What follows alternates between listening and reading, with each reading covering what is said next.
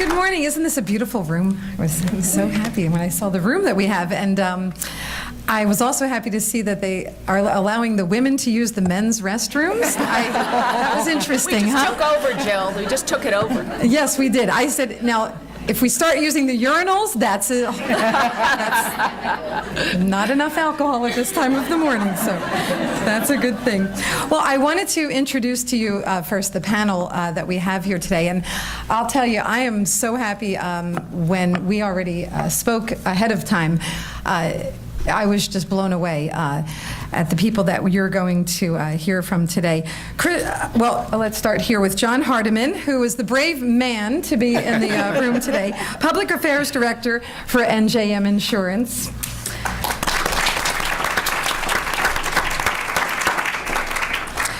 And Krishna Powell is a recruiter with HR for your small business. Talent development consultant. Thank you very much. And Anita Zinsmeister is president of Dale Carnegie Training. So that's wonderful that we have her here today to lend her talents. Thank you so much. And you can, of course, read their bios so we can get on to good things. So good morning. I would love to thank NJBIA and the talented people that spent many months putting this day together. I've been looking forward to September. I don't know about you, but love September, good hair days, right? No more frizz. Yes, a beautiful time of the year in our state. And, you know, my family, we love to visit the farms. I'm sure you're getting into that season as well. And recently we were at a farm. They had their little farm store. And on the porch, there was a little boy, and he had this big, beautiful dog he was sitting next to. So I was with my friend, and my friend asked the boy, "Does your dog bite?" And the boy said, "No, my dog doesn't bite." So my friend went to pet the dog, and, well, the dog went and snapped at my friend. My friend said, "Honey, I thought that you said that your dog doesn't bite." And the boy said, "Well, that's not my dog." So sometimes, you know, it is what you say that can be miscommunicated, indeed. And this day and age of misunderstood instant messages, conference calls, and many other situations, it is more important than ever to communicate in a concise and direct way. The panelists that we have here today consist of 3 pros that will provide us with effective techniques. They're going to help us to successfully communicate, whether it be in a negative or a positive situation. And I would like to get to business, but before we begin, I want to tell you that it is such an honor for me to be asked to stand up here in a room full of such intelligent and hardworking and accomplished women. I got to read the attendees list beforehand, and I was just blown away when I saw the talent that is in this room today. So I want to applaud you for taking the time to be here today, and also not to just take on a personal status quo, to grow, you know, because we get to a point in our career sometimes where we go, I'm good, I want to move on to the next chapter. I'm thinking of retirement. I'm glad that you're here today. So I would like to applaud you as well.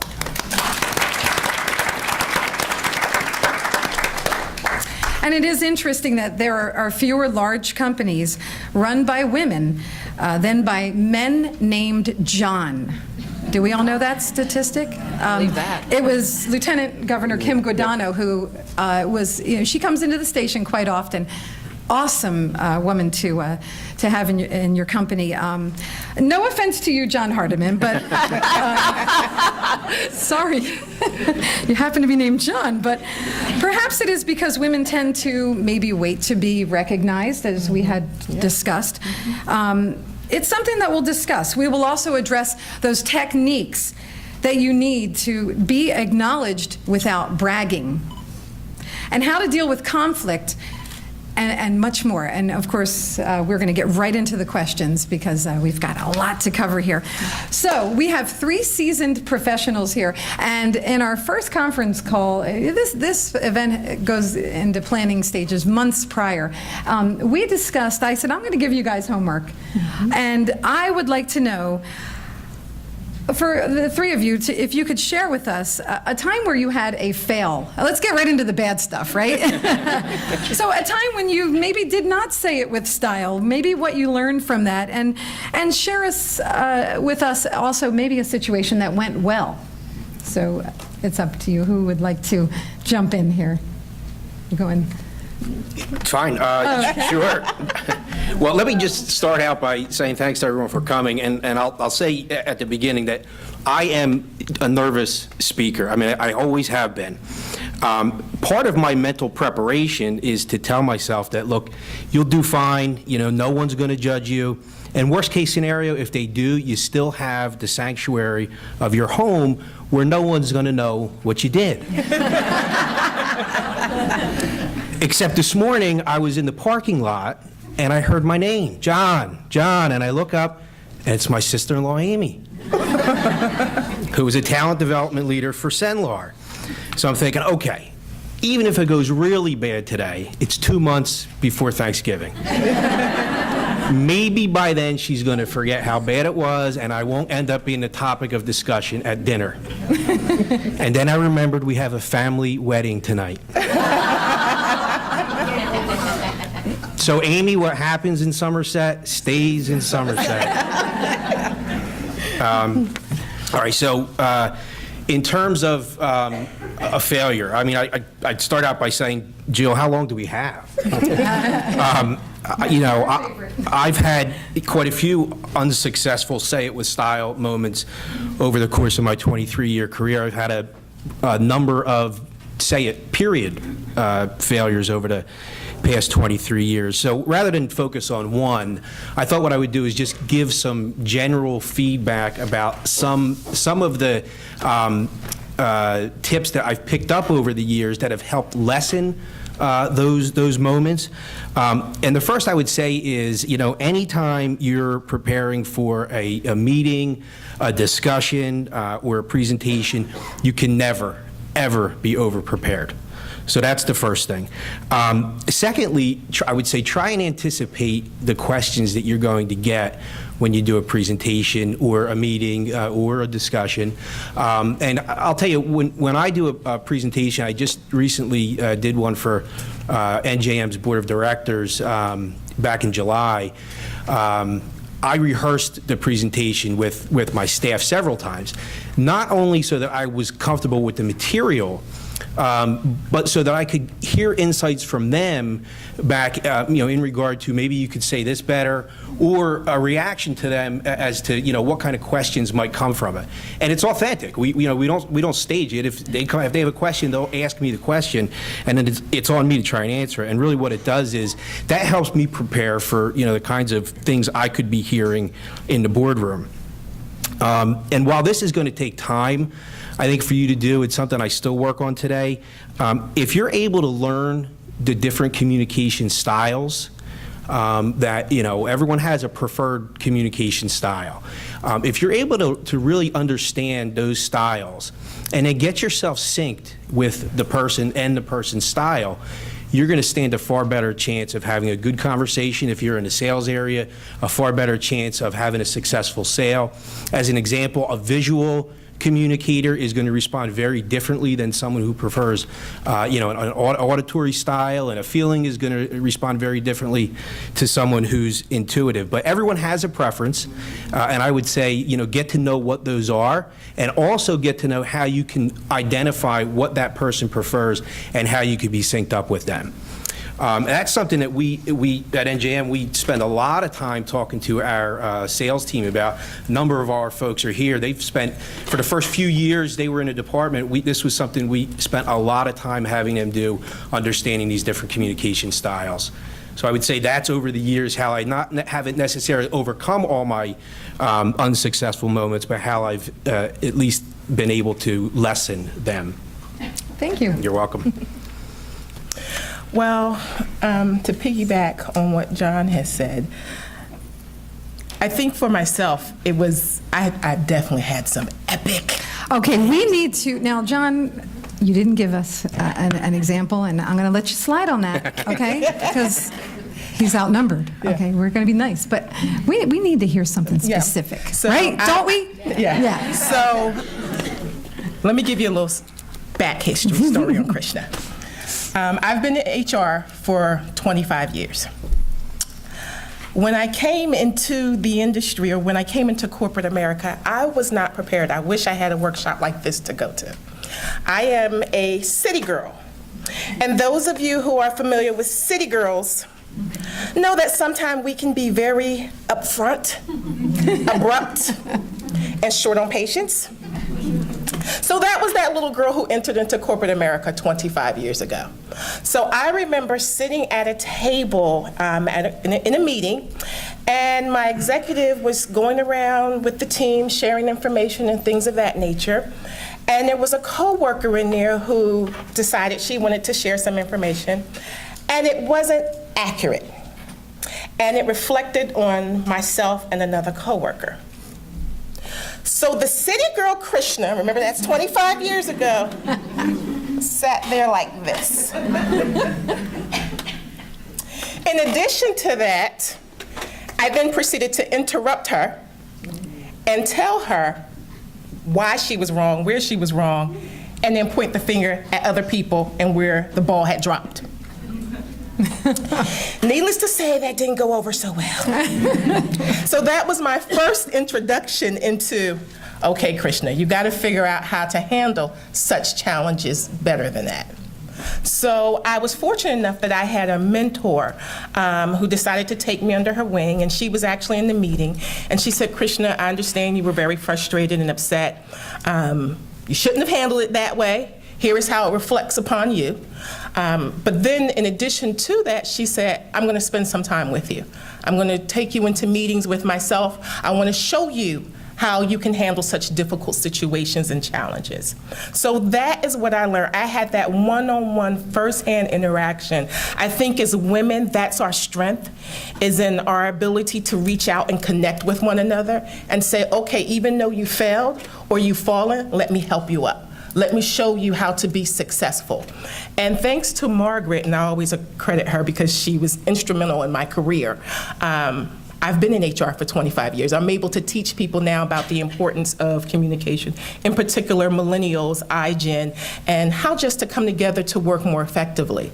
So that was my introduction into how important it is to communicate effectively. Now, 20 years later, I am one of those who executives come to and say, Krishna, what do you think about this message for my employees and how I'm gonna go about communicating this over to them, especially during difficult times when you're reducing workforce, when you're gonna have to make some serious changes in your staff that your staff wasn't even prepared for, let alone yourself.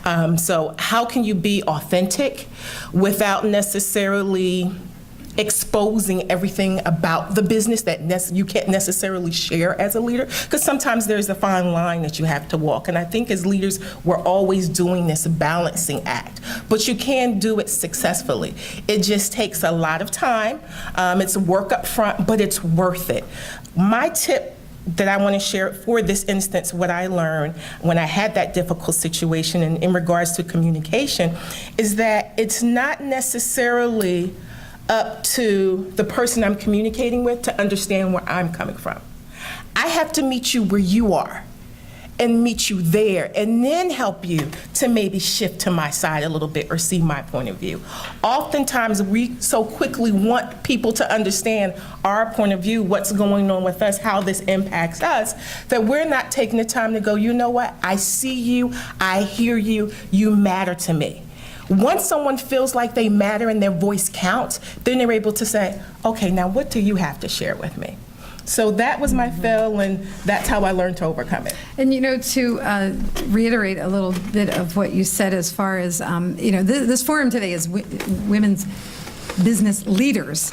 And, you know, you could be a hard worker. You know, there are people in the field, they're working hard, and they're worker bees, and they do it aggressively, and that's their style, and that's great.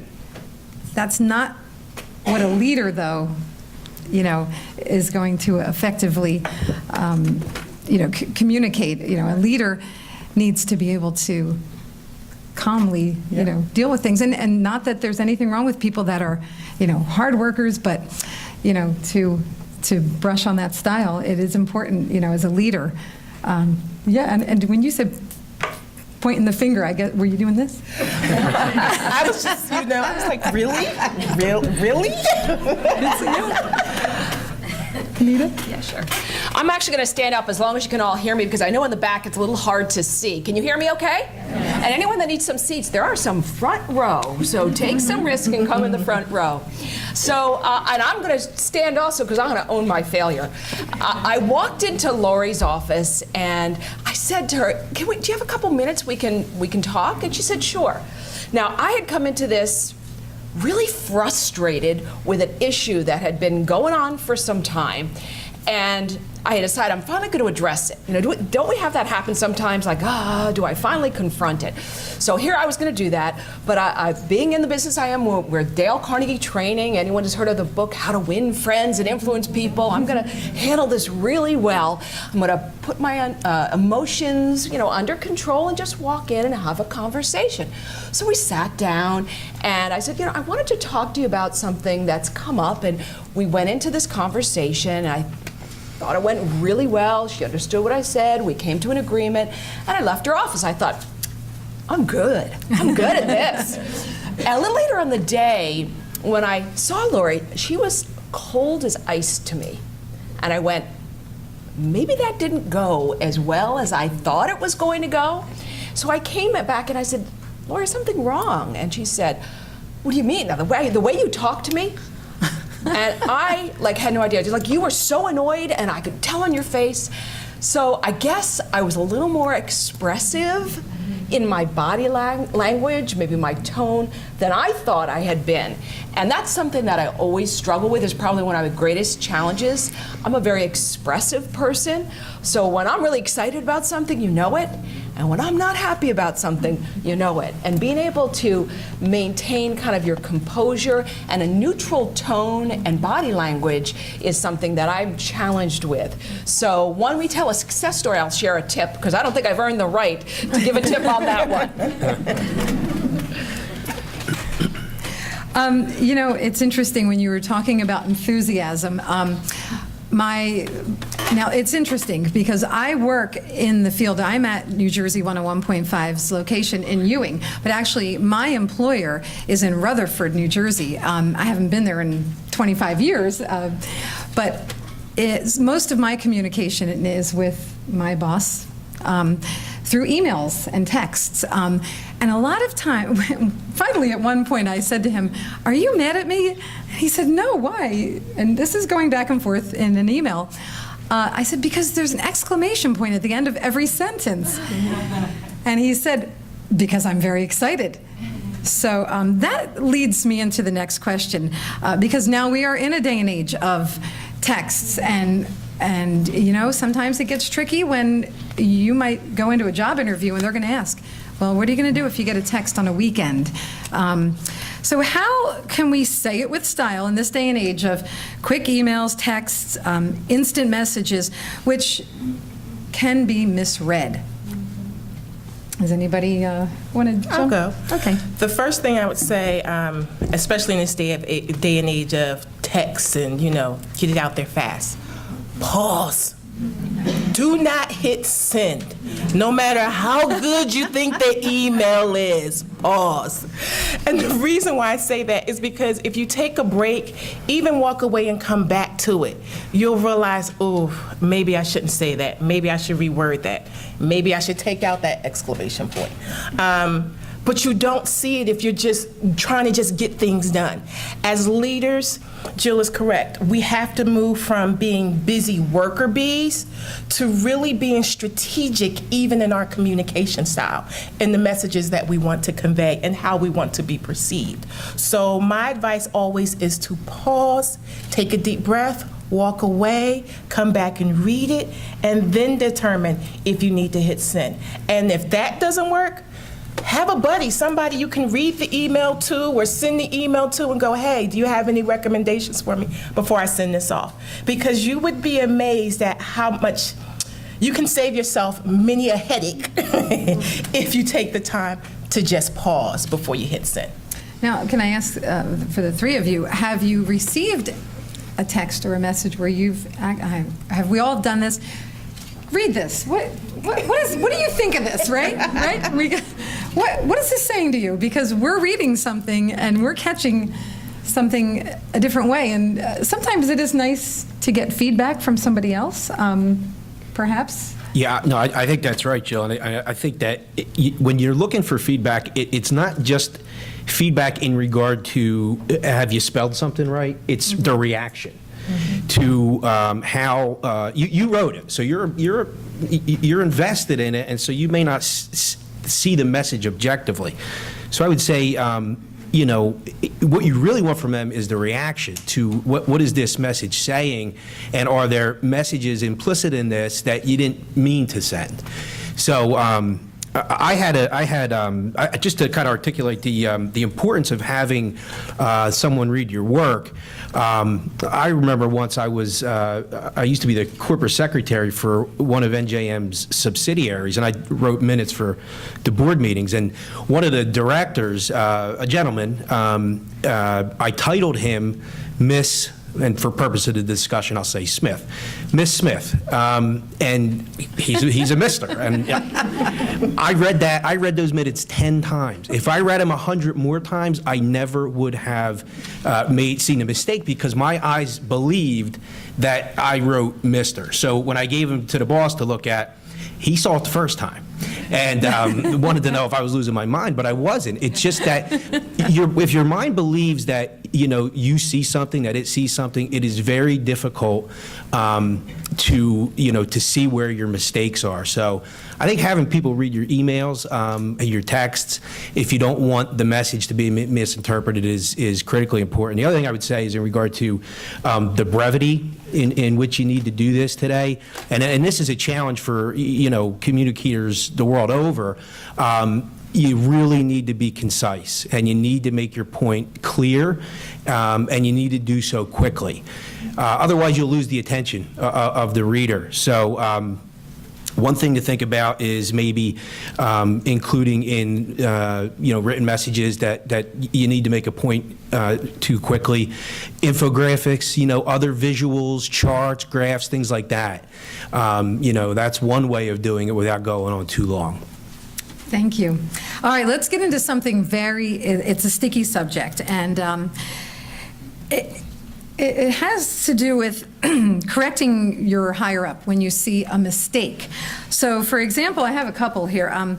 My brother-in-law interviewed for a company and noticed that the person that he would be working with, I'm not kidding, this is real, had a typo on their business card. And that would be somebody he would be working under. Also have a friend who's working for a company that, and this happens often, was bought out by a different company. So now the employees, she noticed, that are working under the old regime are not following the procedures that the new in command have implemented. And she noticed that the fault of this happening has to do with, it really is directly related to the person she works under. So what do you do when you have a situation where you need to correct somebody who's above your level? Yeah, sure. That is a delicate situation when you're in the position where you are trying to correct a superior. And the one thing, and I think all of us would agree, everything is situational. So, different situations will change how you approach it, and it based on the relationship that you do have. So you actually may, in certain cases, I don't know if in an interview situation I would necessarily point out that error to a person. It just might not be the right timing for doing that in an interview. But later on, if I were hired and found another situation where there might be a mistake of that person or someone else, I might at that point it out more indirectly that, I know that you mentioned the fact that having things accurate is really, really important to you. You may have missed the fact that actually on you said it was a business card, there was a typo on that. Were you aware of that? And so that is one way to point that out. You can always look at the impact that something has. So rather than pointing it out that you made a mistake, It may be the fact that I know we're going through this transition from kind of the old regime to the new regime, and people are still working through that transition. One of the things I've noticed is that some people are still operating under the old way of doing things, and I'm sure that the impact we want to have is to have everybody on board doing the same things. Here's an idea on how we can approach it. So when you can offer an idea, that's helpful, but we may need to do it a little bit indirectly, as opposed to that city girl, right? Yeah, exactly. That may be a time that we don't go city girl on them. And instead, say, talk about the impact that it has, and I'm sure you'd always want to come across in the right way, and the thought this might be helpful. Those are some different ways you could try approaching it. So I'll take a shot at that one too, and I'll say, for me, this is going to be a short answer because my boss is here and he doesn't need any coaching. Although I might need coaching after that. I think in that situation, I think maybe what you want to maybe give a little bit of thought to is, first, if you have an opportunity during a discussion and there's an entry point where you can bring this up, so it's on you to find those entry points where this can be less of a transition and more just a continuation of a discussion you're already having, might be one way to do that. And if not, I think what you want to do probably is just set aside a little bit of time, to talk about this. And during the discussion, I think it's important that you frame it out and you provide the right context.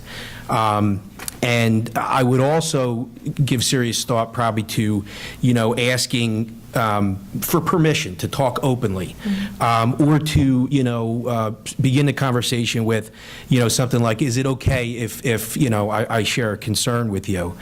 And then finally, I think what I would do in this situation, I don't think, it's good enough to go to the boss and say, there's a problem. I think you have to come with a solution as well. I think that's on you. And I think if you want to have that discussion, and I can't speak for other organizations, I can tell you that, at NJM, this is encouraged. So, but I think it's important that you bring a solution with you to sort of help get through the situation.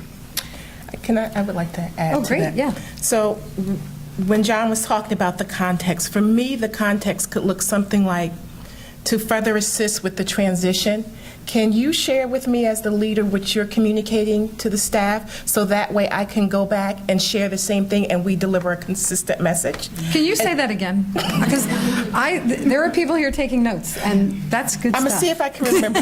We're in the flow.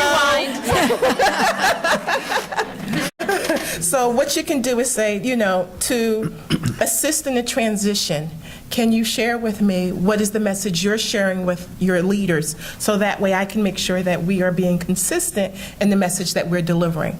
And then you can also add to it and go, after hearing what you're saying, I think that's great, but maybe we could take it one step further to move things along faster with getting them on board onto the new regime, and then share, again, what John was saying, come with the suggestions, the ideas of what can be done to get everybody up to speed. Great, excellent. So, show of hands, how many people here have worked on a project? So you're working with other people. Yeah, I think the entire room.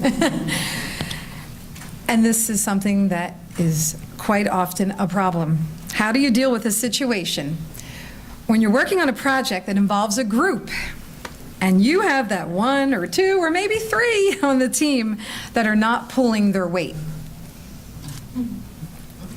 Yeah, right? This is a tough one, huh?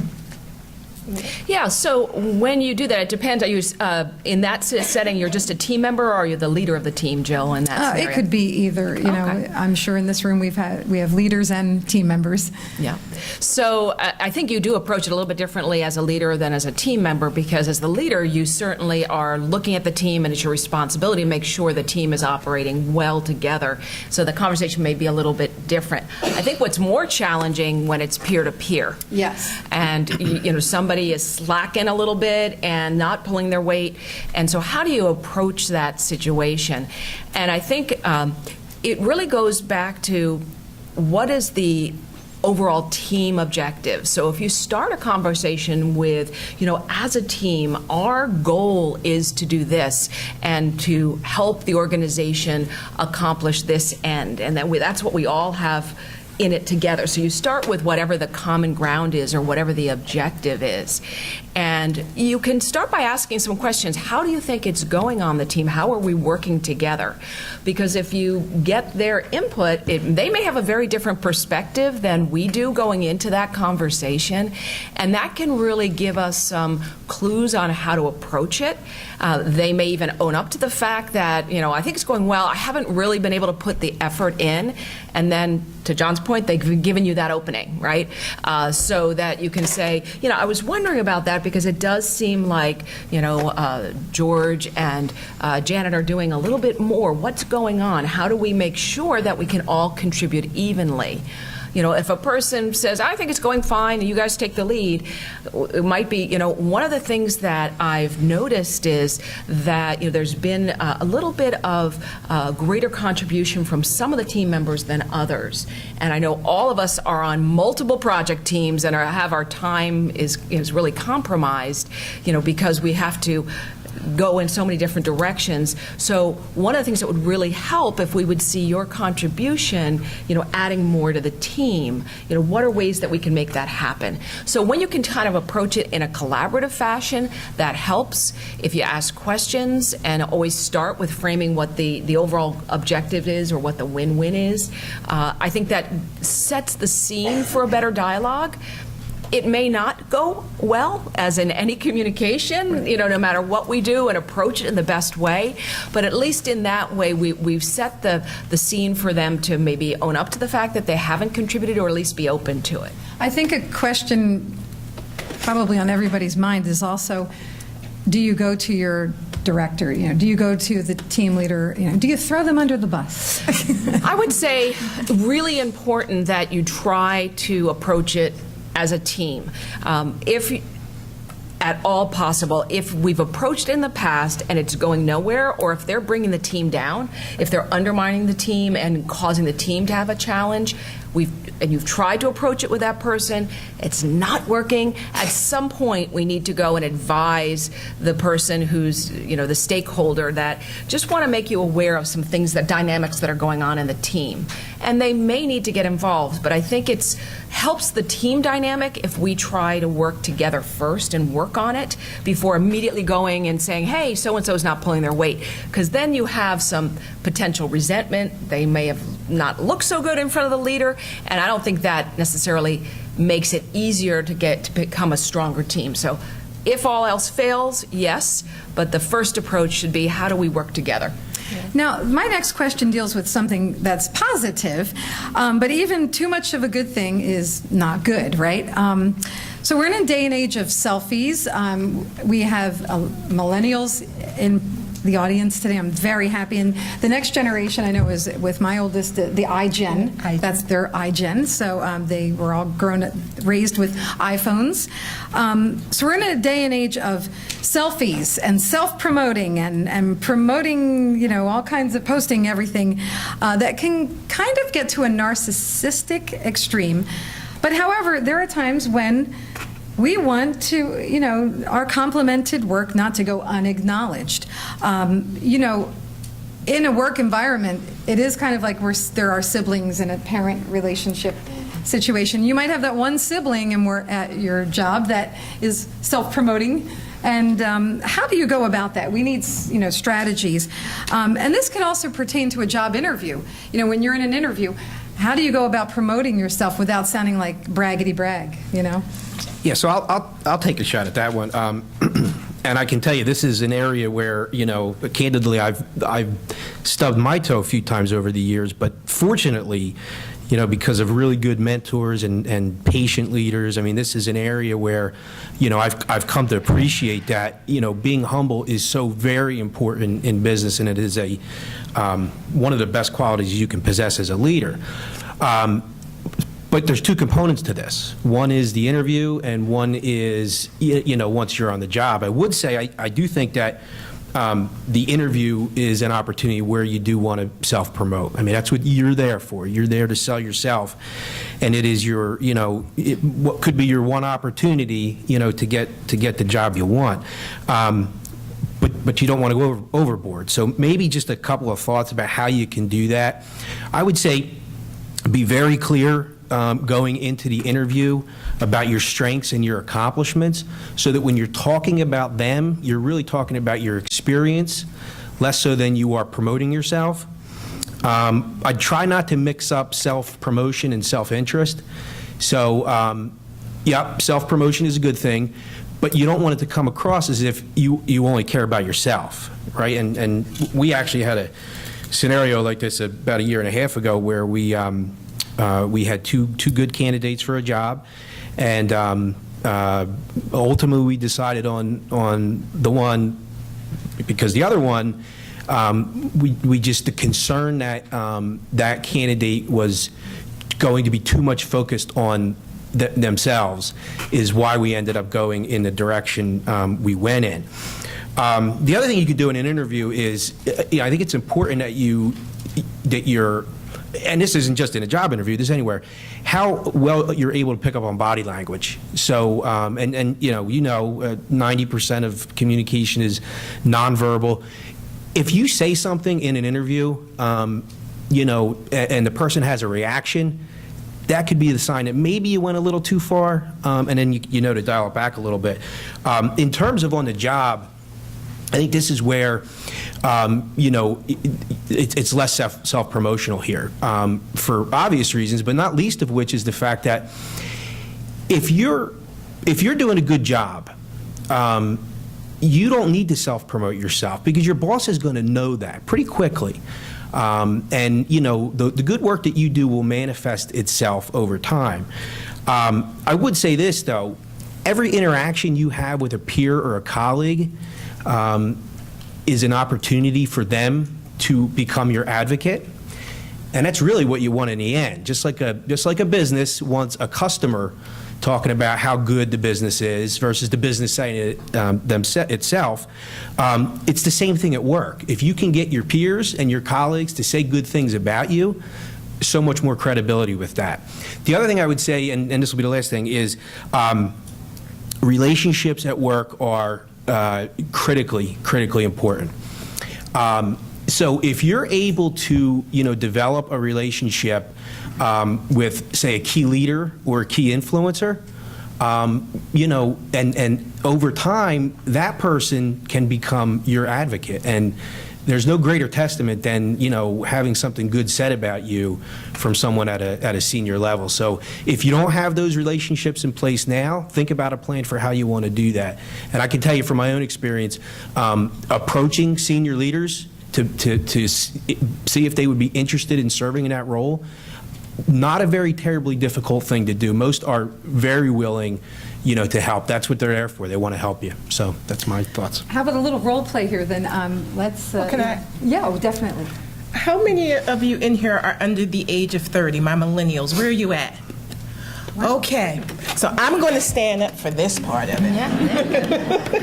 If you don't mind, I'm going to rest my leg. I had ankle surgery a couple of months ago. So let me say this to you now. LinkedIn, social media, all those things. Pause. You are on there expressing your frustration with the interview process, with the job process. And someone such as myself, and like I said, I've been in HR for 20 years, even if you're not the candidate we choose at that time, you never know how we're thinking about you later on.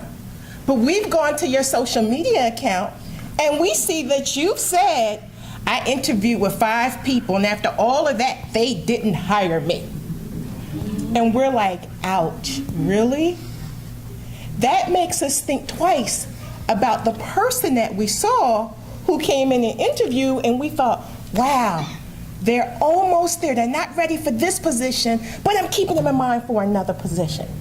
So when you're interviewing and that self-promoting that sometimes we think we're doing, we say, I'm great at this, and this, I can't believe they didn't hire me. Don't do that. Trust me when I tell you, we have not forgotten about you.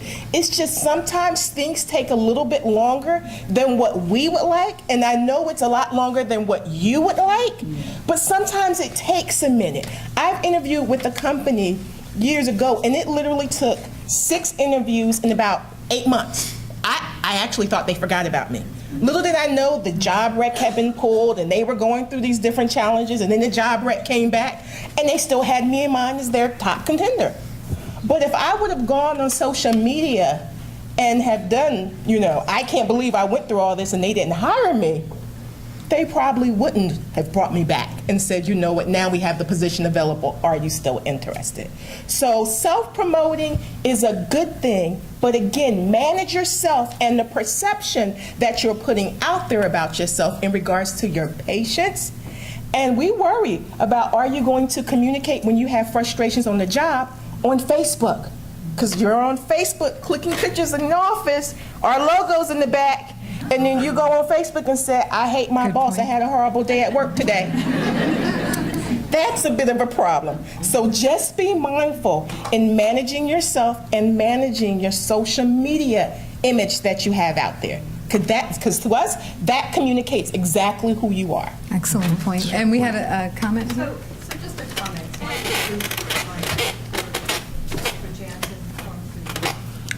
We recruit, hi. So just a comment, and really to echo what you're saying. So I recruit interns and co-ops from New Jersey universities, and one of the things I do after I interview is I look on Facebook. Because if their image doesn't reflect on how they've interviewed, and I also look in LinkedIn. So we know that John went to Ryder. My daughter goes to Ryder, and she goes to Ryder as well. So we do that, and I encourage the other recruiters to do that as well. So for the millennials and for the students that are looking to go into the corporate world, you really want to be careful about what you put on social media and how much you put on LinkedIn and how many people you link with in LinkedIn. And you want to be selective in doing that, and you really want to be careful on what you put on Facebook and other social media. And please don't think it's private. A lot of times you go, I'm on Facebook, I'm not friends with so-and-so. You would be amazed at who knows, and that person knows.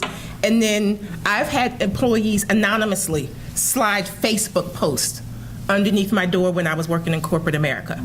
So when you're thinking that my boss isn't going to know I said this or they're not going to know, you would be amazed. There's also some backdoor programs that allows people to see what's going on your Facebook and social media. So be mindful of that.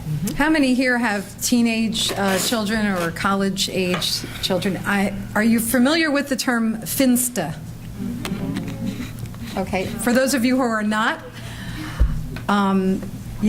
parents always have ears, right? So a Finsta, Instagram would be your Instagram account. Finsta is your fake Instagram account. Okay, so for those of you who are not familiar with it and do have children that are mostly teenagers and older, I'm sure, I see somebody here who looks like a college younger. Yes, in the audience. Yeah. So, you do have to be careful because things leak, things get connected, I have a professional name and I also have a personal name. So, at Reynolds, they don't know me as Jill Myra, which is kind of nice. It's my Hannah Montana, so to speak. But sometimes things can cross paths, so you do have to be careful, So just be aware of that, because, your child, Susan Smith might have Finsta that is, drunk party girl. Just saying. Yeah. And I think the other thing that you want to keep in mind in that social media, and even when we send emails or texts, it's permanent. We may not think it's permanent, but there's ways to get that. And all of us may have told our children, don't post certain things, do not say certain words or curse online, and you'd be amazed how people are so comfortable in doing it. But guarantee you, anytime anyone goes for an interview or a promotion, people are checking, it shows up, it affects how people see you. Now, John, I was fair because I gave you a heads up on this, okay? And Camille, my coworker at New Jersey 101.5, kind of gave me the idea for this next question. So I'm telling you right now, you better be honest, okay? Because you got a room full of females, okay? So we all know the difference between being aggressive and assertive, of course. How does a woman get her point across? You might want to stand up.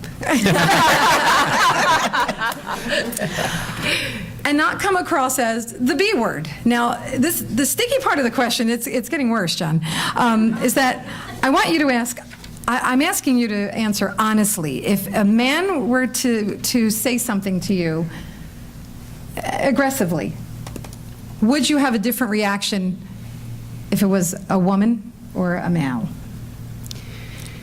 I wouldn't have a different reaction, and I have a lot of practice with this because I have 7 direct reports, 6 of whom are women. All right. So,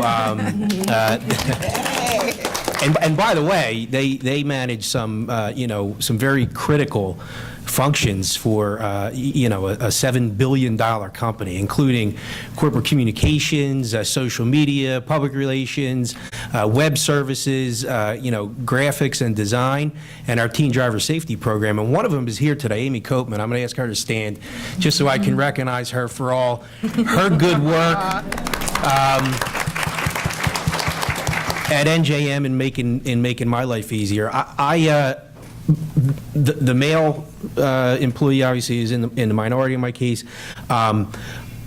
My team is very passionate about what they do, and I'll share an example with you. Something that just happened recently.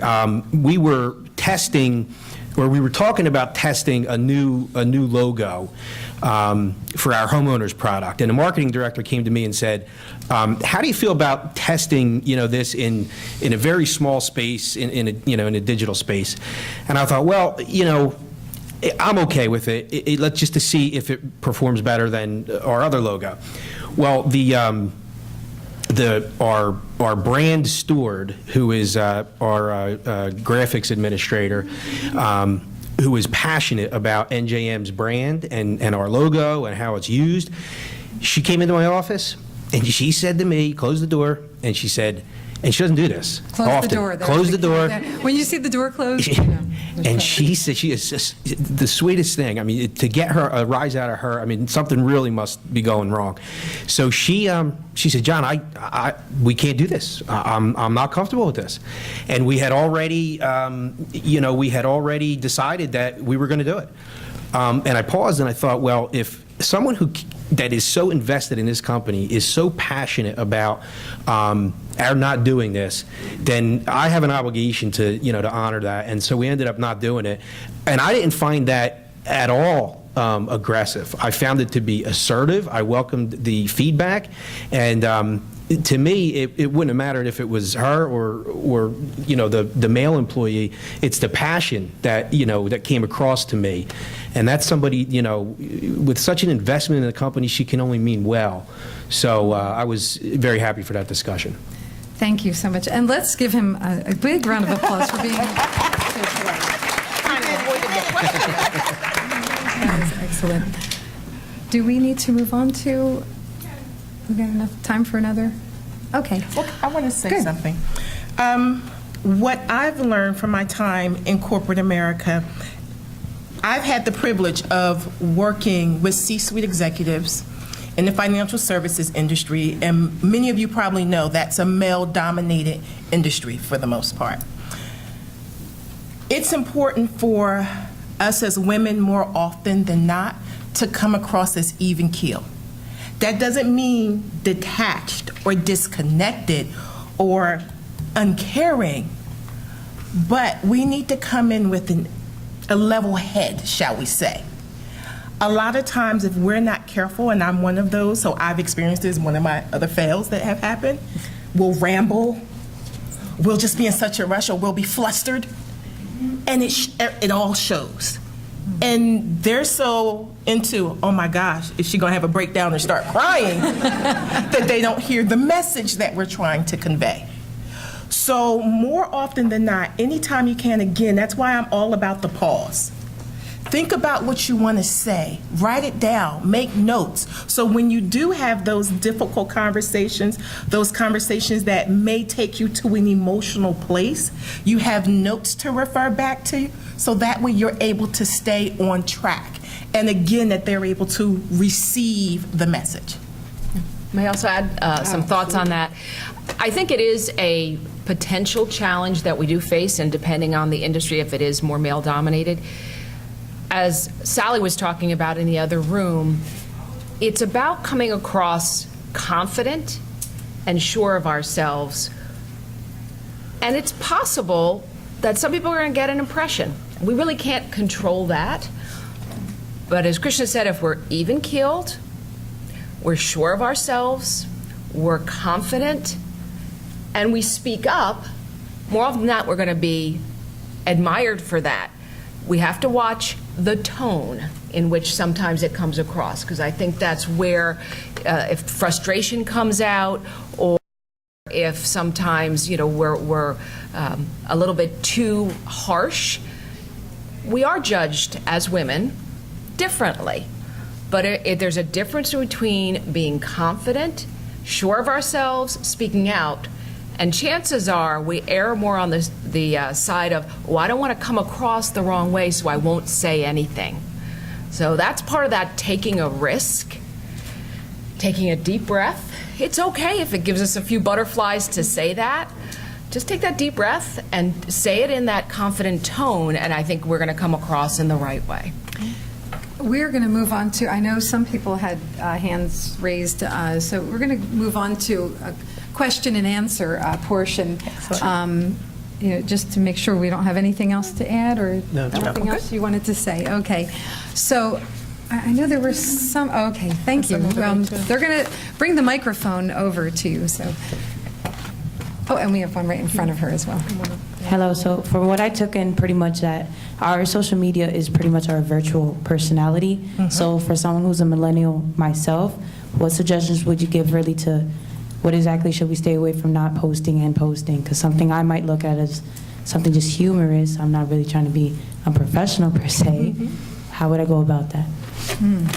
Okay, you're making me stand back up again. Sorry. It's a good point, though. You don't want to, you want your personality to shine. You don't want to be stiff. Exactly. You're right, Jill. We want your personality, but think twice if you would be embarrassed if someone photocopied it and gave it to your HR manager or your leader.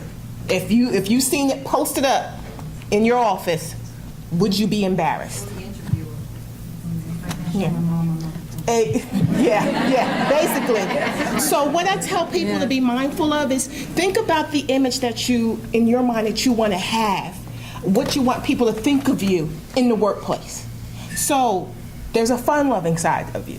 What does that fun-loving side look like that you're comfortable with even talking about come Monday morning in the workplace? I don't, some people may say, well, Krishna, for me, fun-loving is Saturday night, I'm going out drinking with my friends. But you can't come in the office and talk about that on Monday. And if you're going to be embarrassed about it, then it definitely don't need to be on your social media page. So those are the things that you need to think about is, can you talk about it the next day at work? If someone said, I saw her at so-and-so, or I saw this on Facebook, would you be dipping and dodging? Or would you go, yeah, and we had a great time? So that's what I tell people to be mindful of. I know they're different, and you ladies know what I'm talking about, exercise classes. Some don't need to be put on Facebook. Don't put those on Facebook. Nowhere near Facebook. Okay? And that could go along the same lines, coworkers, we become family. Exactly. I know I've been in my industry and I've been at the station for, I don't want to tell you how old I am, but decades, okay? And you become friends. Now, that's another tricky thing, where are you posting when coworkers are together, because then you might have the coworker that was left out. Yep. Is it FOMA? Are we all familiar with that? Who knows what that is? Yeah, Teresa knows. Are you feeling that today? Because we all do not need to feel FOMA today. FOMA is fear of missing out. FOMO. I'm sorry. Yeah. So you know, that could be a struggle, you know, on social media, and that could be something that could bleed into the lines in your, you know, professional life. You know, hey, wait, why was everybody at, you know, John's party? And I'm not. And I'm not, and I'm on his team, yeah. I have a question, though, attached to this. So I have college-age kids. How do they manage that tagging? They didn't post it. A friend posted it and put their name on it. You can easily untag, right? You untag it. They can untag it. Yeah. Okay, so these kids would spend half their lives untagged, right? But there's a way that you can set so that no one can tag you. Right. Yeah, that's another thing. Somebody made a good point here. There is a setting that where you could put that setting in place where no one could ever tag you, ever, you know. Yeah. Okay, see? The safest thing to do is be careful of the company you keep, so that way you won't have to worry about what's being posted. That's all I'm saying. We have someone here that had a question from one of our earlier questions. This is a question more directed toward Mr. Hardiman. I think you mentioned earlier that someone you were interviewing had the criteria of what you were looking for, but because of the way they presented themselves to sound a bit narcissistic, that you ended up not going that route. How would you suggest someone to promote themselves in an interview without sounding narcissistic? Well, I think some of the points that we talked about earlier. Talking about accomplishments and experience is good. Talking about contributions you can make to the team. Talking about, for those of you who are right out of school, it's a little more challenging because you don't have a lot of work experience to point to, but your accomplishments nonetheless are, critically important. So what are some of the things that you've done at college that you can point to? In this case, it wasn't as much that he was self-promoting. It was that he was doing it to the 10th degree. So self-promotion's a good thing, right? That, in an interview, I would strongly recommend you self-promote. I just, where the line gets blurry is at what point does the interviewer start to lose comfort that this person is going to be less of a team player and more of an individualist. That's the point you don't want to get across during a job interview. And that, in that instance that I brought up before, was the line that got crossed. So, keep focused on, how important it is to be a part of a team, how well you work in a team environment, how you're here to learn. Surely, you don't want to give the impression that you have all the answers during an interview. So that would be my response. You're welcome. Did you have a question? Somebody over Over here. here that's been waiting too. No, this has really been very fascinating. And I'm in publishing and education, and my question is really a bit of a challenge, because while the advice, I think you're all right in the advice that you're giving, but I think it's also unrealistic to look at these millennials who they see the world differently than maybe we do. And they're entering a workplace full of people like us. So, but they're the ones that are going to be us 10 years from now or 20 years from now.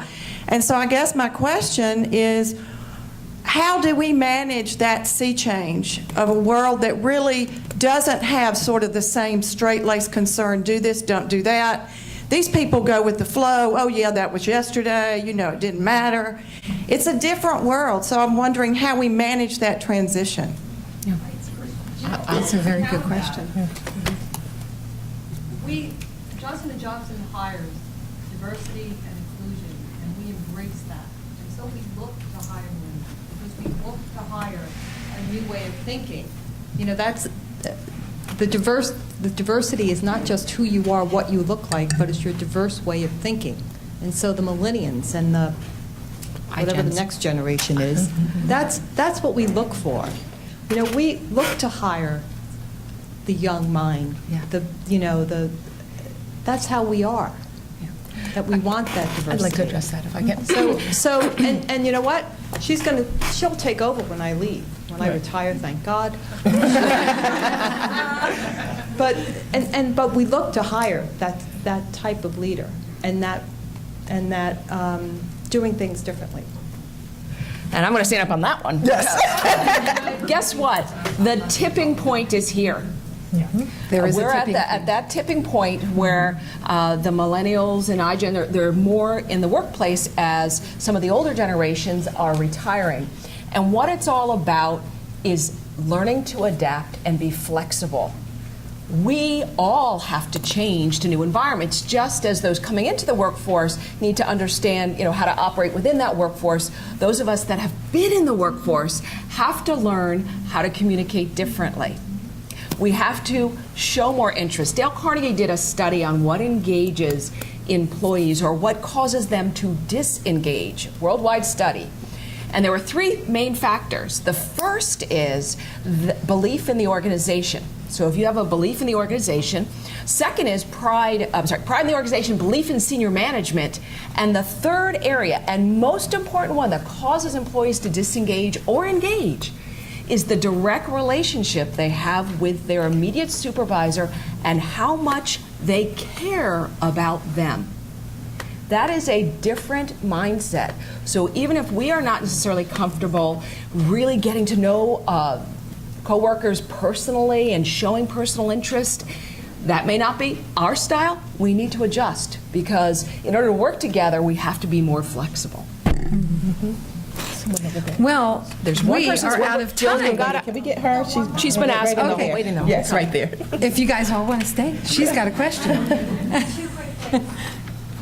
Sorry. So I'm a divorce lawyer, and so much evidence is from Facebook, from adults, from old people, from young people, from everything. And I think it's just the only thing, and we check Facebook before we even interview somebody. It's a presentation. It's just like what you wear, and you have to think about your audience. Okay, it's not even fear. I think people should be able to express themselves, but you got to think about what is going to be the result of this. And we sent a note out to every single client, be careful what you put out there, because it's unbelievable what people put out there. And the second question I had, I'm sorry, I didn't. Jill Myra, Jill, New I Jersey, apologize. 101.5. What a fabulous voice you have. So you said the comment about workers versus leaders, which is so critical, the difference. Is there a class that NJBIA provides, or is there a book that you can suggest to help people convert from being a worker to a better leader? That's a good point. Anita had one more comment to make, certainly too. when it comes to leadership, I mean, it doesn't. You can be at a lower level and still be a leader. You don't have to have the formal leadership. There's a lot of things that one can do, and sometimes people say, "Well, leaders are born." In fact, you can develop the skills of leadership. It is something that you do. Dale Carnegie training is actually in that business. That's one of our core areas. I don't know if there's something that NJBIA does and offers specifically. You might know that, John, through what NJM does. But there's a lot of avenues to that, and it is skills that can be developed. A lot of times it's about going out and saying, give me some responsibility. I'd like to lead a project team. Give me an opportunity. So there's a lot of things you can do within an organization. Get a mentor, as John had said earlier on. But it is a skill that can be developed. So lots of things that can be done with that. Yeah. And I'll just mention one of the things that I have in the back is a basket that has. I write an e-tip that goes out every Friday on tips on leadership, on communication, that sort of thing. So if you'd like to get some of those tips, you can put your card in, and that's another way. Thanks And so much. Krishna, you said you had gifts too? Yes, so Now you got I the attention. have 3 gift cards to give away. You can give me your business card. As giving me your business card, you also receive a newsletter that I do on a monthly basis. For your leadership development question, I offer workshops, specifically webinars for millennials called the Master Millennial Program. And so I coach them on literally all the challenges that they have in the workplace. So I have that to offer for millennials. But Dale Carnegie classes are some of the best ones around for senior leadership, or those of you who are in management and want to take it to the next level. I've attended their classes. Awesome, awesome classes. I can tell you firsthand how great they are. But yes, I have gift cards to give away. I think it's Starbucks. There's one on the way. CVS maybe, and I think a gas card. I can tell you once we look at them and pull them out. Okay. Is there a basket? Is that? Yeah. Well, that's the one for the That's our e-tips, basket. but that's okay. If you want to use that for your drawing, that's fine. We're just going to then sign you up for our e-tips, and if you don't, if you don't want them, you can unenroll. So feel free to use that. Do both. Excellent. I just have one quick question. Sure. I'm sorry to keep everyone. I think it's great that we're going over time because we're having such a good time here, right? What are we over time for? What's next? I'm pretty. I'm 29, so I guess I'm a millennial technically, and I walk that line between being. I've been in the workforce for almost 10 years now. And I walk that fine line between not being sure when I should be super formal in my emails and when to be more casual. And I find I trip over it, not like very frequently, but every once in a while I hit the wrong note. So in an email and it's often that I'm formal when I should be more casual, is the criticism that I've gotten. Really? Which I think is kind of unusual for a millennial, but it's because I'm trying to be very professional.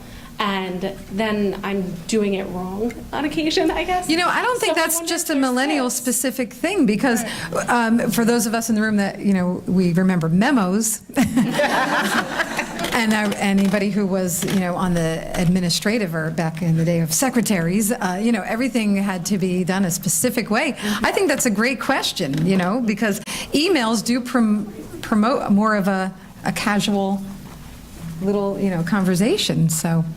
To me, your email should be business casual.